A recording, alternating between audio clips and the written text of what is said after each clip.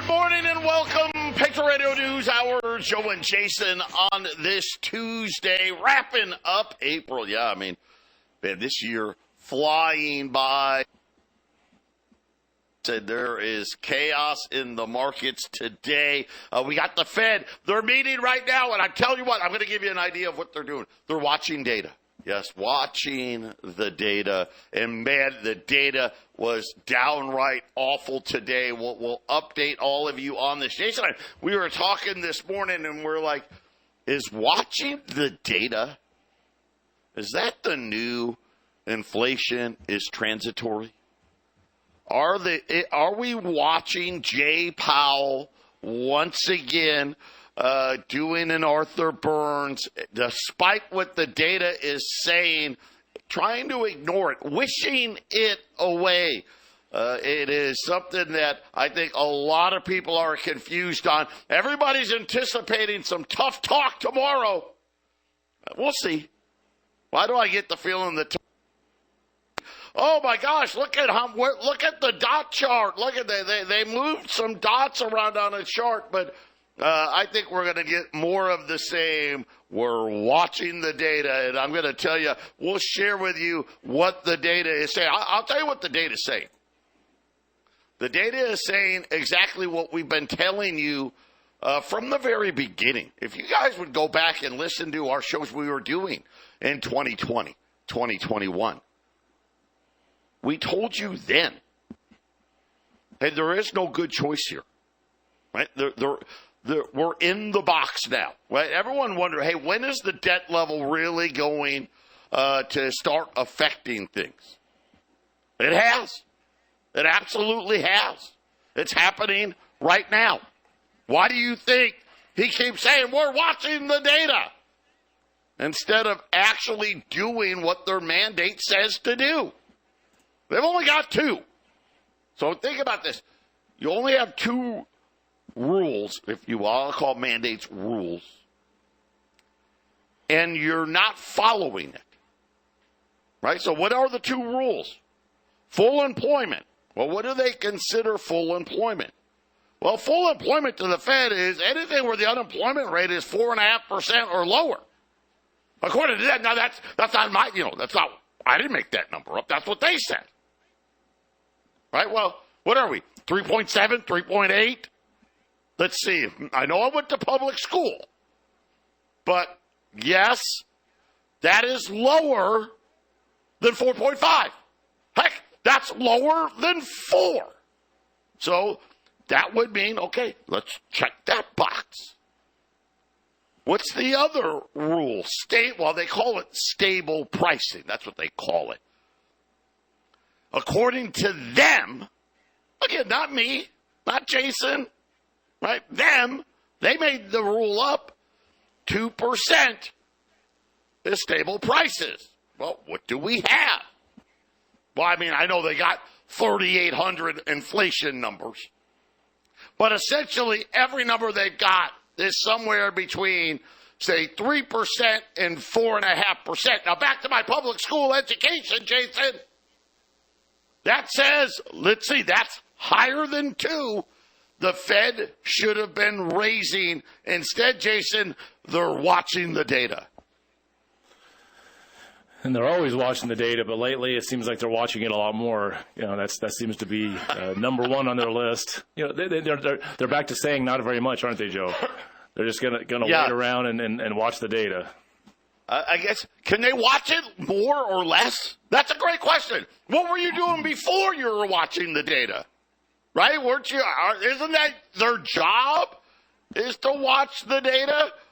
But I guess, you know what, it only applies when they want it to apply. Listen, here's our number, 800-951-0592, the website at allamericangold.com. We have a sell-off in gold and silver today. I'm going to tell you right now, this is nothing more than buying opportunities. We've got a great show lined up for you. So many things to talk about. What's happening in Asia, the overwhelming amount of gold demand led by China. And I'm going to tell you right now, no one wants to talk about it. But the Japanese are buying. The Japanese yen, nobody's admitting it. Was there intervention in the yen yesterday? Probably. Well, what's going on today? It's going right back, right?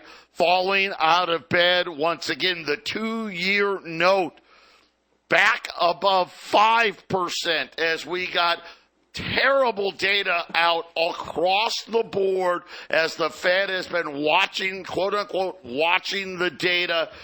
We got data from the labor markets. Now, this is an important one. When we look at inflation data, one of the big things about inflation is wages. And of course, this is supposed to be something where, I don't know, again, maybe magically it was supposed to happen. All of these wages were supposed to start coming down, right? It's supposed to start leveling off. But when nobody can afford, Jason, when nobody can afford to buy things, like, what are we talking about? A double steak burrito bowl. Oh, I guess it's not a burrito bowl. Double steak burrito at Chipotle, $39. Remember when 20 years ago, $39 was a high-end filet at a, maybe not the highest chain restaurant, but at a nice place, $39. Now you get that going to Chipotle. Wages skyrocketed much more than expected. A huge gain in the first quarter, 25% higher than anybody had predicted. And guess what? That was probably the good data today. We'll be back with more. 800-951-0592, the year of chaos, 2024, the last day here in April. I'm just going to say this, May Day, that's probably what we're going to be saying in the month of May. The Dow down 300, and I think it's just getting started. The S&P down 35, the NASDAQ down 128. The 10-year note, 467, 468, getting back awfully close to 475, right? The danger zone on the 10-year note. All the other notes, especially the lower yielding notes, skyrocketing above 5%. And again, it's a debt problem. Have you not figured it out yet? When you keep printing money out of thin air, this is what happens. And it's easy to tell. Right now, you got gold down 40 plus. Buy it. 23.10 right now. Silver's off $1 at 26.42. The currencies, again, right? It's so funny. Dollar strength. Why is the dollar strong? Because inflation is so bad, crushing everything else and exporting its problems all over the world. This is why you're seeing more and more countries looking to the east, looking to China for help. We're watching the Japanese yen now back to 157 on 158. As yesterday, remember, it cracked 160. We think there was intervention. Nobody, everyone wants to be hush-hush about it. Even crypto, well, that's kind of something, crypto and stocks seem to go together. Trying to hold on to 60,000. Like I said, get diversified. Get to gold, get to silver while you can, and I mean that with all honesty. And then check out our friends over at YRefi. Don't stay correlated to Wall Street here. This is a dangerous game that's being played. When you're sitting here talking about reckless deficit spending, when you're sitting here, listen, I gave you the 2 rules the Fed has. They're breaking those rules. Why are they breaking them? What's the point of having a rule if you're just going to ignore them, right? Well, because they really don't have a rule, because they don't know what they're doing. Well, or they do, right? To Jason, they know exactly what they're doing. I'm going to tell you right now, the digital currency is coming, and it's coming like a freight train, and I hope you've done what is necessary, because believe me, it doesn't come with Wall Street near all-time highs. It doesn't come then. No way. It's going to come when the crash happens, when this bubble bursts. And this is why we keep telling you, check out our friends at Y-Refi. Right? What a great idea. Did I tell you, hey, put all your money there, no, we tell you, be diversified. You get up to 10.25% fixed rate of return that's not correlated to the stock market. You can use an existing IRA. You can use an existing IRA. You can buy gold and use Y-Refi. You can do both. As long as you gotta have at least $50,000. Like I said, it's so great. You can turn your income on. You can turn it off. They let you do whatever, pretty much what you want. If you need your money back, they never attack principal. They don't do any of that stuff. Check them out. InvestYRefi.com. It's simple. Matter of fact, even simpler than that. Just call them. They'll talk to you about it. They'll tell you straight up how it works. 888-YRefi24. 888-YRefi24. So what happened? What in the green earth happened that all of a sudden the markets are worried again? Well, let's look at it. Obviously, for inflation, wage data, red hot again. Then on consumer confidence keeps falling. And I think, Jason, it's probably a sign of, hey, you know what? At the end of every week, at the end of every paycheck, I've got less and less money left, right? And so many Americans, now they're saying that 30% of Americans now that used to be the working middle class, they're one set of tires. Right? They're one water heater breaking. They're one, right, whatever, AC unit going down away from economic ruin. And I think this is something where you're seeing it in the conference when they talk to the consumers and saying, hey, how you feeling about things? Jason, all of a sudden the answer is we're not feeling so good. No, I don't think anyone's really optimistic about what's happening. I mean, I know there's some market guys. They just look at the number, and if the number's higher over a period of time, they're happy. That is until a 2008 drops on their head. And so, these pullbacks, Joe, they're going to happen. When are we going to get a serious one where it really pulls back? It may not happen this year. I mean, inflation really skews the reality of the situation. If assets are going up, but they're going up slower than the inflation, then are your assets really going up in value? It really depends, right, Joe? And the stock market, as we've been talking for a couple of years ago, I remember we were on the air saying, look, all the small cap and medium caps are getting destroyed. They're just not doing well. In a lot of ways, we have two markets. We have an uptick market, a bull market for 6 or 7 stocks, and then we have a bear market for a whole bunch of everything else.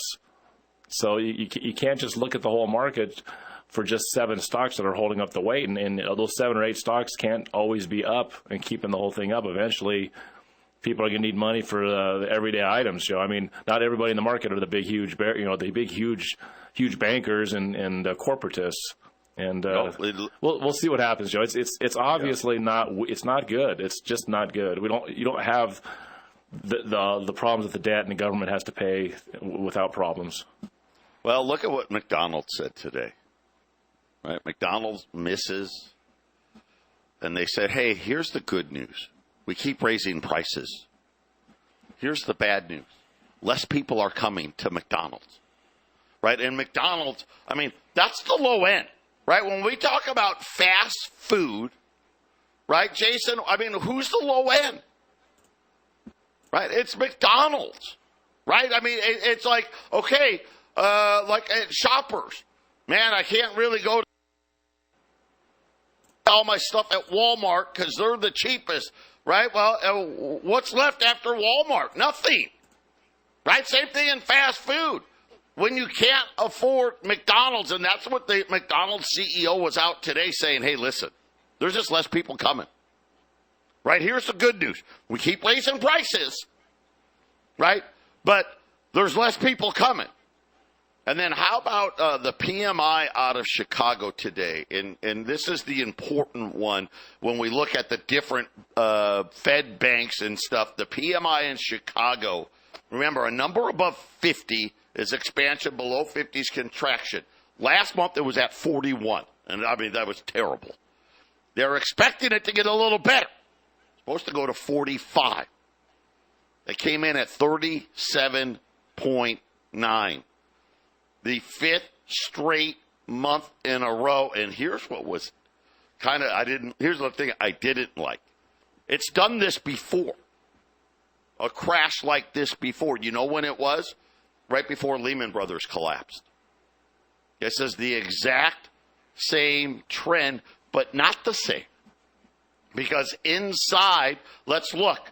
Prices paid rose at a faster pace. Wait a minute. You're deep into contraction and prices are still going up? Yup.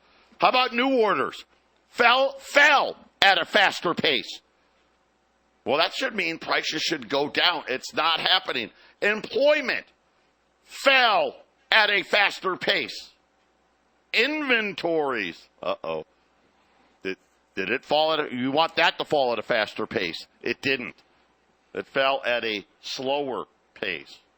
Supplier deliveries fell at a faster pace. Production fell at a faster pace. This was one of the reports today, Jason, that really got that 2-year note in the Treasury skyrocketing. Because this is stagflation. This is exactly what we've warned people about. Yeah. And Joe, you had a much stronger push about stagflation coming a couple of years ago. You haven't talked about it as much. And demand destruction. You know, we call it, but sometimes these things move so slowly that they happen months, if not years later. But it's here now, isn't it, Joe?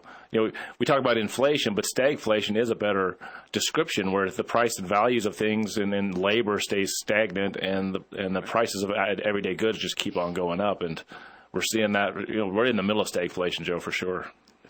Think about it. Wages higher, yet McDonald's is saying less people are coming, right? Prices paid for companies keeps rising, yet they're saying orders are falling, right? This is textbook definition of stagflation. And then yesterday after the markets, the Treasury came out and said, man, here's how much more debt we need to sell. And the range of debt that needed to be sold was, well, let's just say it came in all at the high end. So Q2 funding. So Q2, that's tax season, right? So that's April, May, June. That's Q2 as far as the Treasury is concerned. So we have tax collection. So this will be when the Treasury needs to borrow the least amount of money.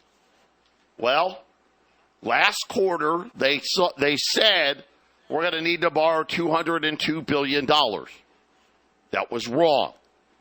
They now say $243 billion. And after today's move in treasuries, that will be wrong. But what happened? Well, tax collections came in light. Pretty simple, right? They just collected less tax than what they were hoping for. But nobody was watching that number, even though that was, some people only thought it would be $120 billion. So it was actually a lot worse than they thought. Q3. Okay, so this is the end of the fiscal year for the federal government, July, August, September. Well, unfortunately for all of us, they said that they were going to need to borrow $847 billion. So essentially what the Treasury is telling us, we will start October with $36 trillion in debt. We'll finish the year. They didn't give us Q4. It's going to be well over $1 trillion. And Jason, we're going to have over $37 trillion of debt before the end of this year. But here's the sad thing about this. This is with the Federal Reserve helping them because everybody knows the Fed's going to start ending quantitative tightening. Could you imagine what this would be if the Fed wasn't doing quantitative tightening? And here's the problem. I think after Q3, every quarter, with the exception of the tax quarter, right, which is the second quarter, we're going to see trillion-dollar deficits. I think we're going to see 2025, most likely, we may set a record for the most debt in a single year. Just heat up one of those wars and start sending a bunch of money and supplies over there, and you can blow that up times two, right, Joe? You can see those deficits and that spending go out of control because, well, it's a war, and in times of war, you must, everything else doesn't matter. Inflation, taxes, interest on the debt, none of that matters. Spend, and so it can be. This is because things are actually kind of boring, right? Things are kind of slow. Yeah. We just got the Dallas Fed numbers, the worst since Lehman. So, again, we just got Chicago PMI, now the Dallas PMI. Big drops in both. You never like to hear the worst since Lehman. That's never a good thing. Patriot Radio News Hour. We'll be back after the break. 800-951-0592, Patriot Radio News Hour. Joe and Jason here on this Tuesday. I've got I'll call it limited because it's such a great item. I've got 75 $5 Indians. So remember, the Indians were the fractional gold for the St. Gaudens. So 08 to 33, the $5 Indian had the least amount of years in production. Most of you will remember the first, what I'll call the first COVID, right? The 1916, right? They had the first outbreak, the plague, and it was the $5 Indian. It was the only coin where the United States actually engraved into the coin. They put grooves in it. They called it an infused design. By the way, as most of you know, if you have ever listened, it's my favorite coin. I think it's the best looking coin ever minted. It was the male Indian with the war headdress on. I mean, it's a spectacular coin. But they thought it carried the plague, so they stopped minting it. I think they minted it, maybe 10 years total, 10 different years that this coin had been minted. And usually, as most of you know, carries a bigger premium than the $5 Liberties, the older series coin, mostly because there was, A, so few minted, B, everybody, thinks it's a super awesome design, but I've got 75 of them. It's all about price here. $650. That makes it $10 less than a $5 Liberty. It's $20 off its regular price. And it's great because it's fractional gold. It's a quarter ounce of gold, $650 today at 800-951-0592. And Jason, I would say of all the gold coins we sell, this one tends to be a favorite amongst the listeners as well, because we don't run them very often because we don't get the big supply like $5 Liberties or $10 Liberties or $20 Liberties or safe. The Indians, it's hard to get this many. Yeah, they weren't made for as many years. The Liberty design was made for more years. And when the confiscation happened, the newer coins are typically the ones that were sitting in the banks. And so the banks gave up the more modern designs in a larger amounts. And let's remember that inflation started as soon as the Fed took over in 1913. The inflation started. You had a crash in the markets in 1920. Then you had the big market crash in 1929. So when they did make gold illegal, a lot of these got swooped up out of the banks and were gone. So less years in the banks, less coins overall, Joe. Yeah, and I got to tell you, news is just breaking everywhere. South Korea. Now, remember, South Korea's got the same problem Japan has as far as its currency goes. The head of the South Korean Central Bank is now saying that the Bank of Korea is considering purchasing additional gold from a mid to long-term perspective, looking at a trend of increasing foreign exchange reserves in the future. To this end, we will determine the timing and the size of gold investments by checking the development of domestic foreign exchange markets and trends in the international gold market. What does that mean? Real simple. We're holding too many dollars. It's starting to cause a problem, and we need to diversify. And now the Bank of Korea, nothing announced it, but this is how they do it. They're just like our central bank, right, Jason? Hey, we're going to talk about it first, and then we're going to start buying later. But again, here's another nation now saying that we're getting ready to add to their gold holdings. And again, what are they going to get rid of? Dollars. And a lot of times it's not the smartest play to say you're going to buy a bunch of gold. So for all we know, they've already bought their gold. I mean, we did have this big, huge push in gold. Is this a part of that? More countries buying at a rapid rate, and then maybe a smaller country like South Korea, they just stop buying, and so things kind of go sideways for a little bit. But you don't really want to announce you're going to buy a bunch of gold, Joe. All that's going to do is everyone that wants to sell it to you is going to push their prices. So I think the announcement might be more about saying we already did, but we're going to say that we're thinking about it. Could be. It's a good thought. But here's the thing. If they didn't announce it, right, and then they get found out, right, then it causes a different problem, right? It's almost like, well, guys, if we don't announce it and then they find out that we bought it, what are we saying to the markets in general? Because let me tell you, so I read you that piece. I didn't read you the first paragraph where he told you how bad gold was. Right, but then he said they're going to buy some anyway. So you can figure out, right? They're all trying to.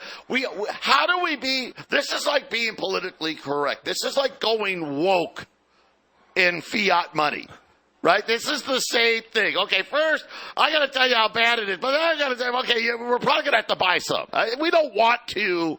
And this isn't a sign of the death of fiat, but we're probably going to buy it anyway.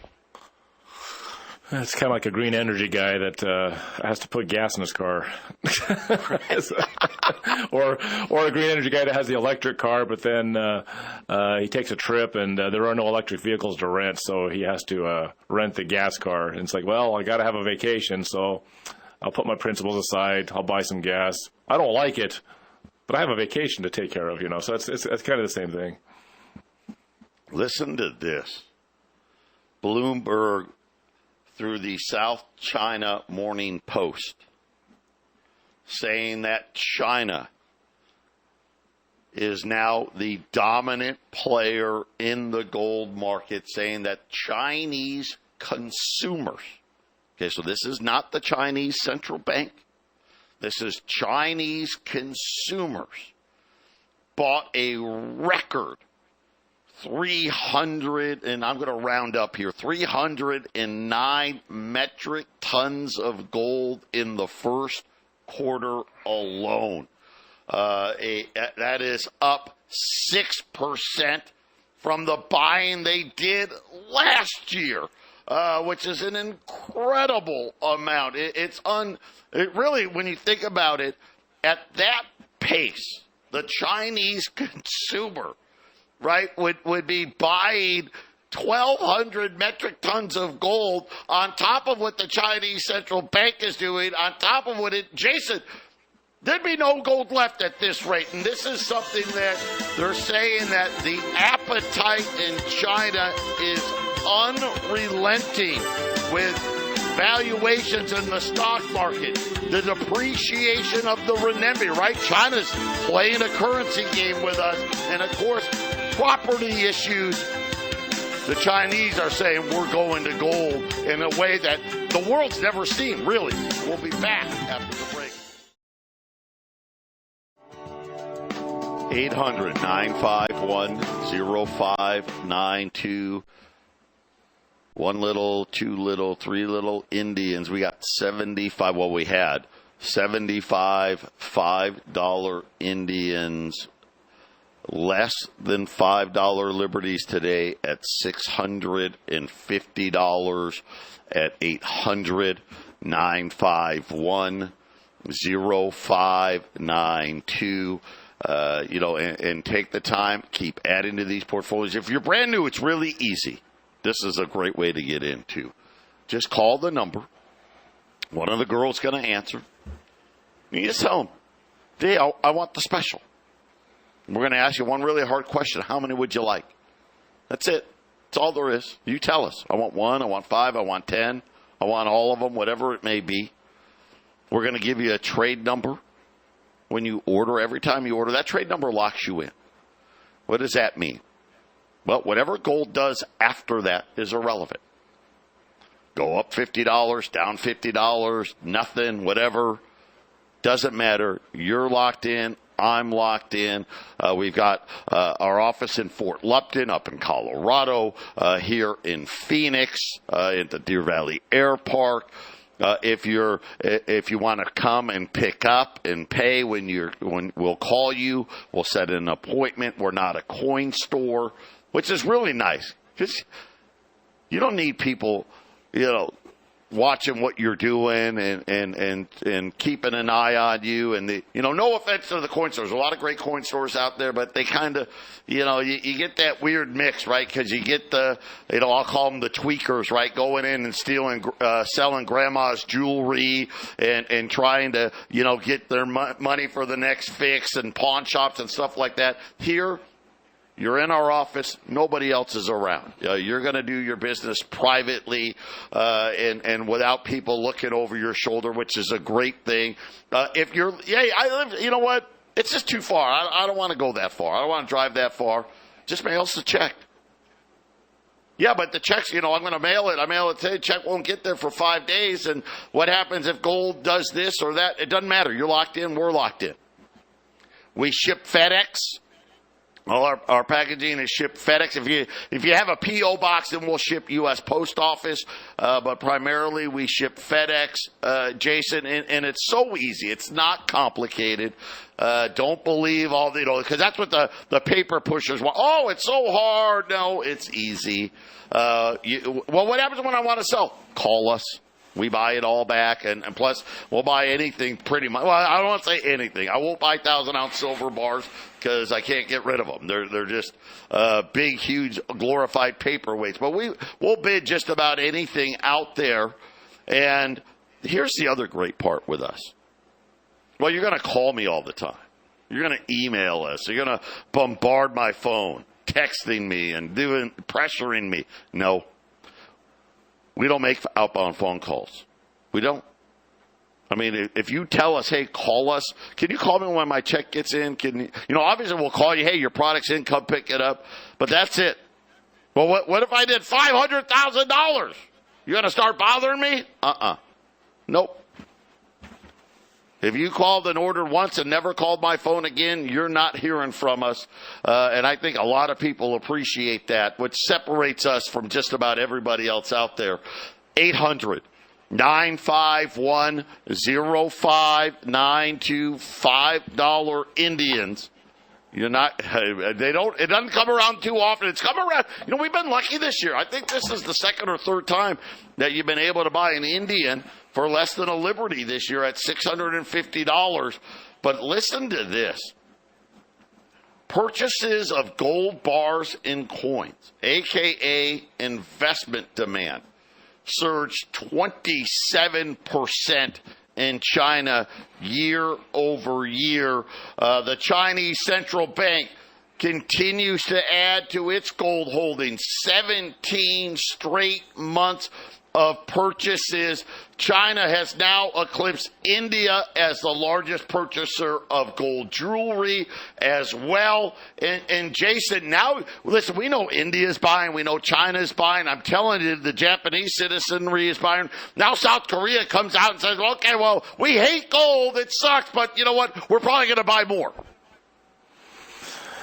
South Korea, and there's a couple of countries that didn't want to buy gold suddenly are buying gold, over the last bunch of months. So it looks like the trend will continue, right, Joe? It looks like a lot of gold buying from central banks. And let's face it, these central banks like to work with each other.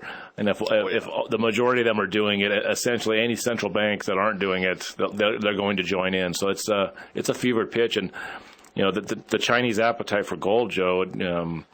They're trying to buy from the COMEX, which is cheaper than what they're priced at in the East. So it's arbitrage. What they're doing is they're going to try to empty out at a lower price. If you can buy silver for 25 in the United States and sell it for 28 here or over there in China, then they're going to keep doing that. Especially, it's a good place to buy and hold also. If you can buy it way lower than you can get it in Europe and Asia, then you're going to do so. And that's going to force the price of gold and silver up when the COMEX no longer has supply, Joe. You're bringing up two really great points. First, this is so much better than, because you'll see if you follow the ETFs, right? The paper guys, they're not buying gold. Wait till they do.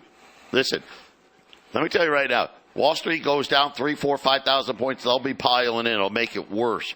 But this is in strong hands. This is physical investment purchasing happening, much harder to manipulate. And to Jason's point, gold in Asia, they're able to buy it from New York. They're able to buy it from London and send it over to China and make money. It's emptying out these vaults. It's another reason. Why did gold go from 1,900 to, what did it go, all the way to 2,400? Right, yep. It's because the gold inventories are dropping. Why did silver go from $20, $22 to $28? Because the physical markets in London and New York, those vaults are emptying out. And Jason, it really is something when people are talking about what's happening with these emerging markets, they've gained a lot of wealth. Countries like Brazil and China and Vietnam, and now they're seeing their currencies erode. And these countries, these consumers, they're figuring it out, saying, "Hey, wait a minute! I'm gonna get some gold because gold's the one thing that can protect my wealth." And it's creating this huge melt up in the physical demand of things. And I think we've got. Listen, the big move hasn't started. We've told you that. Be ready for it. We'll be back to wrap it up. 800-951-0592. $5 Indian, $650. That is $10 below a $5 Liberty. That's a fantastic opportunity at 800-951-0592. And then, man, the data just keeps getting worse here. California, revenue shortfalls much worse than expected in California. Huge misses in tax revenue. Jason, I think we're going to see a lot of these states now having even bigger financial problems. The miss in California now could be approaching $80 billion, a record shortfall for California. And it's going to be interesting what happens here because the municipalities, state budgets, 46 of the 50 states, their fiscal year starts July the 1st. You're probably going to see big reductions in spending and interest rates starting to kill the states now, Jason, just like the federal government. The difference is these states don't have printing presses. So when they've got to pay 5, 6, 7, 8, 9% interest to finance these budget deficits, well, it's just less money to go elsewhere. And if the rates don't go down, they can't borrow for cheaper, so they're going to have to find a way. And this is why you hit the taxes side of things. That's going to be the biggest blowback of this whole thing. Taxes, taxes, taxes, taxes. They knew this all was going to happen, Joe. Those that make the decisions knew it. I mean, how many years has it been since they announced 87,000 new IRS agents being hired year over year over year? You know, they didn't put them all in all at once, but that's the number. They're still hiring them. They're still putting in more and more. And because why? Well, if they're going to charge higher taxes, they got to have someone go out there and rip it from your hands, whether you want to pay it or not, Joe. So. Taxes in California, I mean, who knows what their taxes are going to look like in a couple of years. Boy, how about this? Washington governor announced $45 million worth of subsidies to allow low-income families to purchase electric vehicles. Yeah, here you go, right? Have fun, skateboard. This is the new America. Right? This is the new America. You actually can't afford to buy anything unless the government comes out and gives you money. We've said it over and over and over again. This is what's going to happen at the end of this bubble. The vast majority of Americans, Jason, are going to own nothing. They're going to rent. They're going to lease, right? They're no new car, no housing, right? And are probably going to be working and needing government subsidies just to be able to stay, I guess that'll be the new working middle class is you own nothing and you get some government subsidies to rent your place. Yeah. When you were on your trip on Friday, I covered a little bit of that. I actually played believe it or not, Joe, on the Patriot Hour, I played Dr. Phil. He was talking inflation, and he had a chart, and it showed that, the lowest 20%, only 33% of them are working. But after government help, they earn $49,000. The next 20%, above that, they earn about $31,000. With government help, they're at only $50,000. And Dr. Phil's like, why do you work? The next 20% was $66,000 a year. They get taxed down to $61,000. No government help. And Dr. Phil on mainstream media saying, nobody should work under this circumstance, Joe. When the mainstream media is covering it, it's coming, right?